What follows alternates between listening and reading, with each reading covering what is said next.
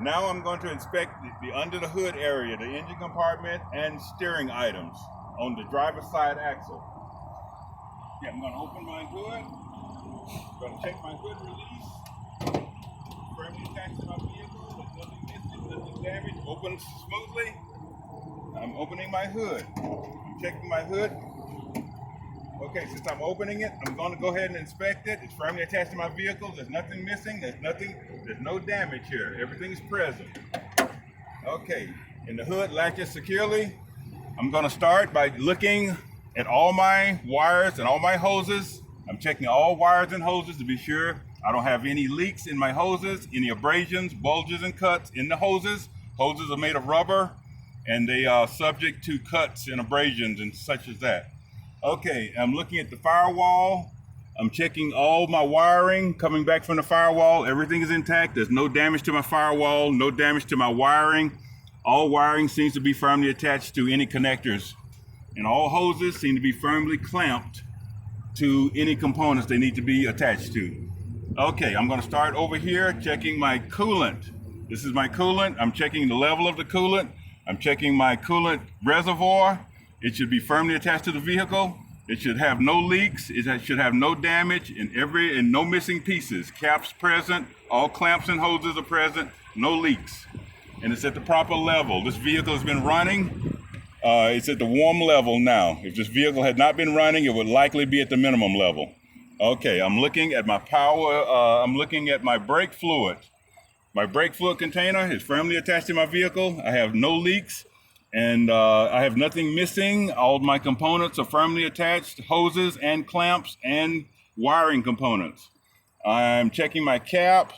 I can't see through this I can see through this cap, through this container, but the liquid here is about the same color as the container. So I'm going to take the cap off and take a visual through the top here just to see what the level looks like there. Okay, I can see the level is proper. Okay, I can put the cap back there. And I'm done with this one. This is the this is the brake fluid. Okay, I'm gonna check my oil. By checking the oil, I'll pull the dipstick out. I will clean the dipstick, insert it back into the oil reservoir, and pull it out again and take a reading. The oil level should be between the two dots, should be between the add and the full mark. And this one seems to be in the proper level. Okay, I would use a rag to wipe it off, okay? Okay, and this is where you put oil into the vehicle if oil needs to be put into the vehicle. The cap is present, firmly attached, nothing missing there. Okay, I'm working my way over to the water. Okay, I can see my alternator here. The alternator is firmly attached to the vehicle. I see nothing missing. I see no damage. The alternator has a belt. The belt should have no more than 1/2 to 3/4 of play in the belt. Okay, I'm looking at the alternator. The alternator has wires attached to the alternator. The wires seem to be firmly attached, nothing missing, nothing damaged, and I see no signs of overheating or any frayed wiring. Okay, I'm moving over to the water pump.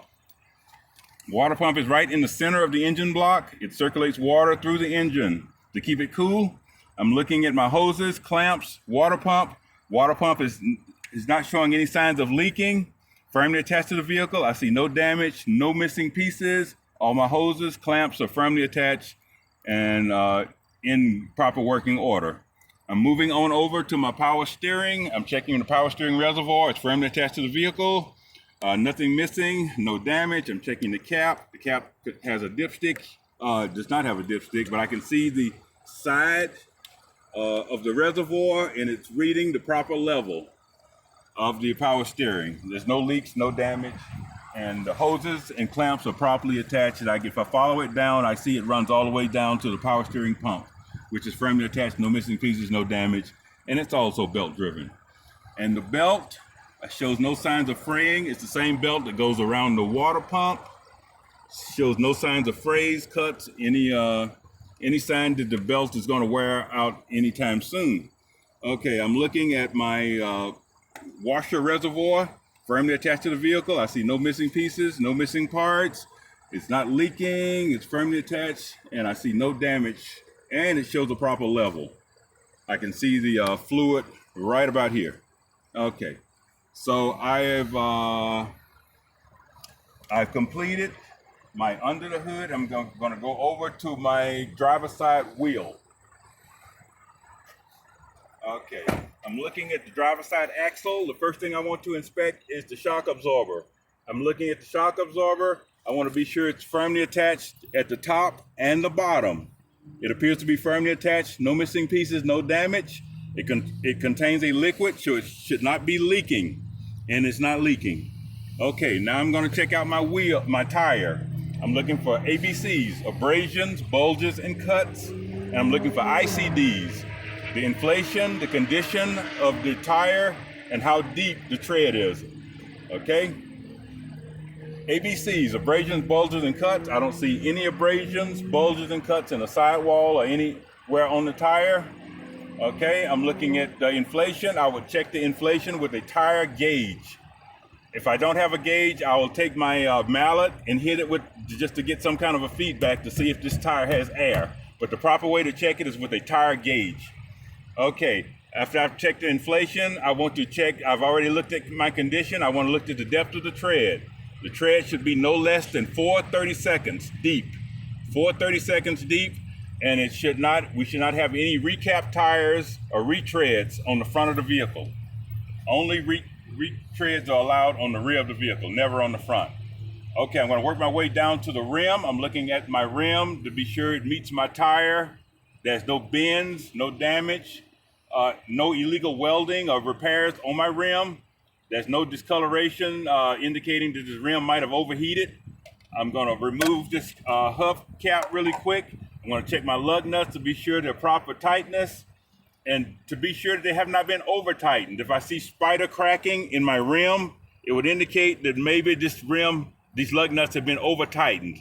Now, if I see shininess or rustiness behind my lug nuts, it could indicate that these lug nuts are too loose and they might need to be tightened. So look for both of those. Okay, once I've indicated that all my lug nuts are present, tight, and in proper working order, I'm going to look at my hub seal. The hub seal should have no missing pieces, no damage. Everything should be intact, and it should not be leaking because this contains a liquid, a grease, and it should not be leaking at any time. Okay, and that completes my under the hood and front steering axle inspection.